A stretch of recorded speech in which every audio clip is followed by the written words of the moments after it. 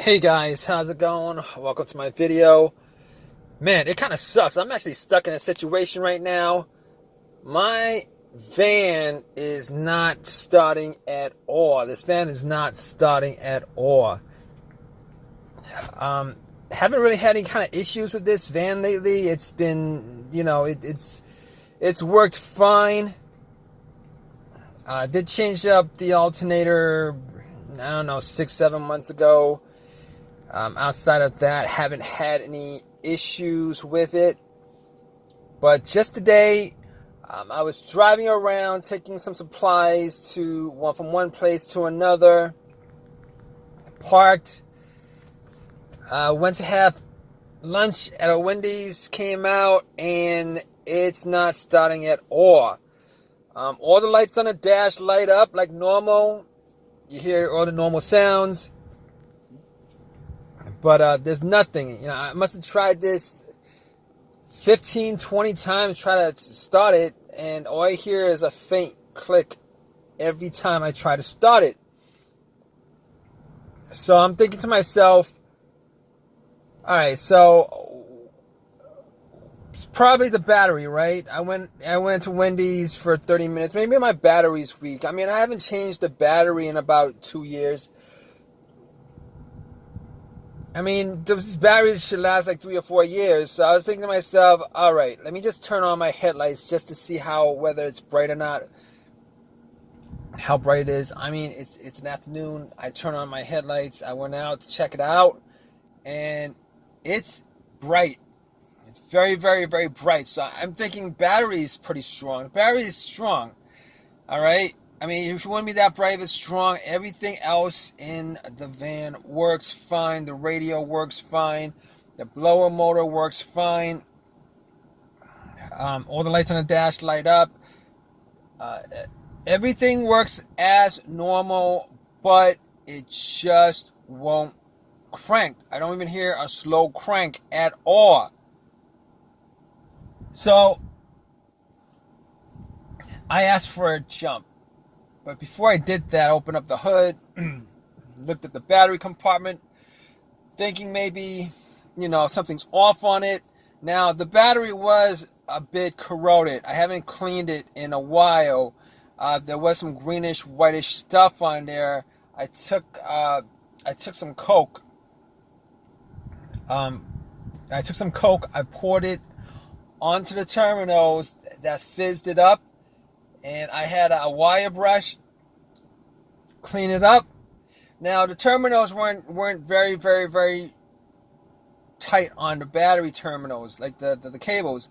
So I took them off, cleaned them, poured some more Coke on it, took some paper towels, cleaned it up. I'm thinking, okay, it's probably because it's weak. There's a weak current because it's not, it's not conducting electricity well. So I took, but before I finished putting it back on, I was looking at the negative wire to see whether it was loose, whether there was a ground cable that was loose. I looked around. The ground cable was good. It was tight. It was good. It wasn't broken, wasn't frayed, nothing like that. So I was like, okay, that's good.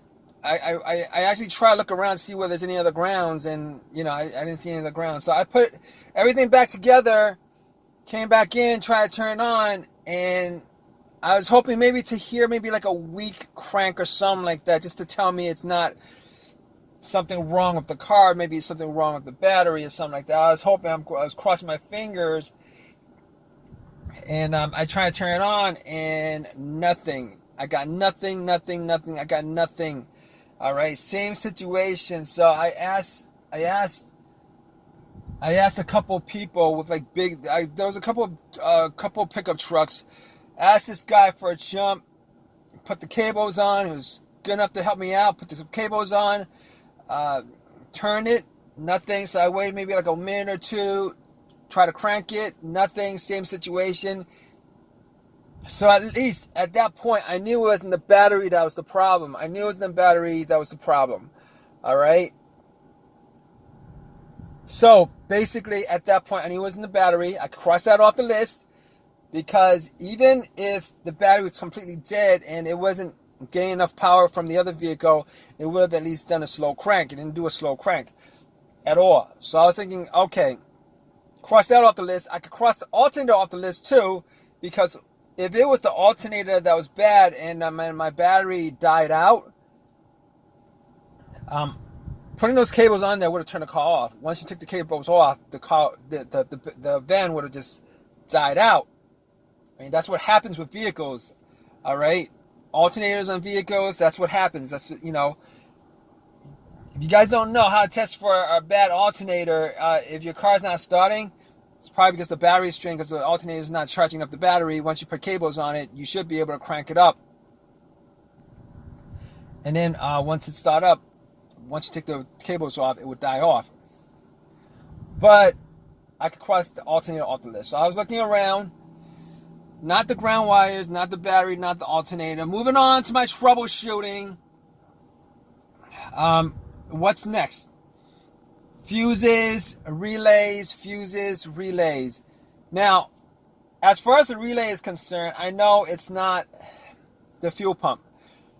All right, we didn't even get to that part. I know it's not the fuel pump because it's not the fuel pump. It's not even cranking up for me. If it was cranking up and it wouldn't turn over, you know, that might be an indication of a bad fuel pump relay, a bad fuel pump, something along those lines. But this is not cranking at all. I'm not hearing any kind of crank from under the end of the motor. I'm not hearing any kind of crank at all. So I was thinking to myself, okay, not the fuel pump relay. It could be a couple of things. Maybe the starter relay. So I was turning. Every time I turn it on, I hear a click. All right, that click is actually from the starter relay. So I know I pretty much know for a fact that it's not the starter relay that's causing that. I know for a fact. All right, moving on to the fuses. Now, I've had a couple of situations where a fuse would, you know, cause my car not to start. Not this van in particular, but cars that I've had. Those situations were as follows. All right, it was one case where the main fuse was blown and I was getting no electricity to the car whatsoever. Nothing turned on. It was as if somebody took the cables off the battery. Everything just went dead. All right. In that situation, I actually changed up the main fuse because I had two screwdrivers that I connected at the metal ends, and that was able to start the car up. The car that had the issue with that. But that's not the situation here because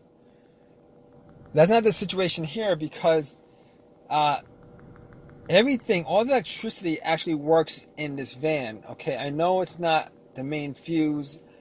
I don't even know if this van has the main fuse, but I know it's not that. The second fuse issue that I had was it was another car that I had where it cranked, but it would not turn over. That situation, it was a result of a blown fuse that was to either the car's computer or the fuel pump.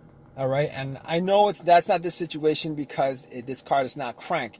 All right, that situation it cranked, it just didn't turn over. So I could rule out the fuel pump for now. I'm pretty sure I should rule out the fuel pump, but it was either the fuel pump or the PCM, the car's computers, the fuse to the car's computer that blew. Now, when I was troubleshooting for this video, I did use an OBD2, and it actually registered. It registered no issues, but it gave me the whole outline of the vehicle. You know, so the car's computer does work. There is a connection to the car's computer, the car to the car's computer. So I could rule out the fuse to the PCM. I could rule the fuse out to the fuel pump. Now I haven't tested out all the different fuses, so I can't be 100% sure if that's 100% the case. But But at this point, you know, I'm looking at the car and I'm like thinking to myself, all right, so I'm looking at this van, I'm thinking to myself, there's one last thing it could be, and it wasn't the first thing that came up to mind, because I actually swapped this part out. I swapped this part out like a year ago, which was the starter. Now, normally, that would be the first thing that popped up. Oh, the starter's bad, because it showed all the symptoms of a bad starter. But I can't be 100% sure of that. But I know I did swap out a starter about a year ago. Swapped it out a year ago. The van's not starting. I swapped it out a year ago. And I only put in, maybe 12, 14,000 miles on the car, on the van. And the starter is supposed to last like over 100,000 miles, I'm pretty sure. But the only thing is, the starter that I got was a rebuilt starter. Now, I'm not saying that's the case. Right now, I'm not saying that's the case, because, there's nothing I could do at this point, except I called AAA about 45 minutes ago, and I'm waiting for them to get back to me so that they could tow my car, tow this van, so that I could work on it, try to figure out 100% what the issue is. Now, the starter I bought a year ago was a rebuilt starter. If you guys don't know anything about rebuilt starters, they do tend, there is a chance that they do tend to break down on you faster than a brand new starter, because when you give them the core of the starter, the old starter, or whatever, alternate or whatever, rebuilt, what they do is they swap out the parts that are broken, but they don't swap out the rest of the parts. So the rest of the parts, in whatever whatever used part that you're bringing in and giving it to them for the core fee that they give you back, that part's got whatever mileage that's on there, and they don't actually swap it out. They do a great job of just cleaning it out. It looks brand new, but 90% of it is used. Anyway, I'm still waiting for AAA. I'm gonna go back and get some ice cream, and when they call me, I'm gonna obviously we're gonna get this towed back, and we're gonna have this checked out. I wish it was like a simpler issue, but it's not, and I'm gonna keep you guys updated on this whole entire situation. Just stay tuned, guys. I'm going to tell you exactly what the issue is. Right now, I'm not 100% sure what the issue is, but we're going to get right down to it. All right, guys? All right, guys. So, man, it took AAA 2 hours to pick up, to send out somebody to tow this van. It sucks. And it really sucks. But here's the thing, all right? Got it towed back. I did all the normal tests, did all the fuses, tested out all the fuses with a fuse tester. It's not the fuses. It's not any of the relays. Wasn't the alternator. Wasn't anything at all except for what I wish it wasn't, which was the last thing I spoke about, looking for issues on this van. It was the starter, guys. All right. Unfortunately, it was the starter. All right. I got to it. I actually bumped it a couple of times, trying to get it started. Nothing. All right. I ran a line from the positive of the battery and try to hook it up manually to get it to start. Nothing happened. Didn't hear a single thing. So at that point, I was like, it's the starter. All right. Took the starter out, went back to AutoZone, and had them I had a couple words with them. I was like, you look, man, I really didn't, like, I bought the starter, and I know it's rebuilt, but it's supposed to last more than 12 to 15,000 miles, which is what I drove the whole entire year. And it's like, there's nothing they could do about it, but it's warranted. You can either get a brand new starter for $300, where you gotta pay full price for it out of your own money, out of your own wallet, or you can get a free one that's rebuilt. Now, I wasn't gonna shell out $300 for a starter. So anyway, I got another rebuilt starter, hoping that I will not have this issue again. I popped it in, it cranks up every single time. So I'm absolutely good on that. It was a starter that was issue. All right. Everything's good on the car. So here's the thing. As far as troubleshooting is concerned, I just want to let you guys know.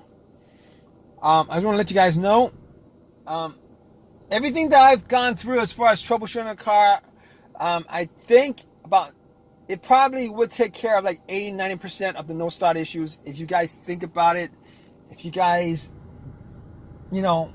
actually look into it. I hope this has helped you guys out as far as this situation is concerned. Please come give me a thumbs up if it has. Please, if you guys have any comments about this video, please leave a comment. Please subscribe. And please give me a thumbs up, guys, all right? Please give me a thumbs up, comment, subscribe, all right, guys? Take care.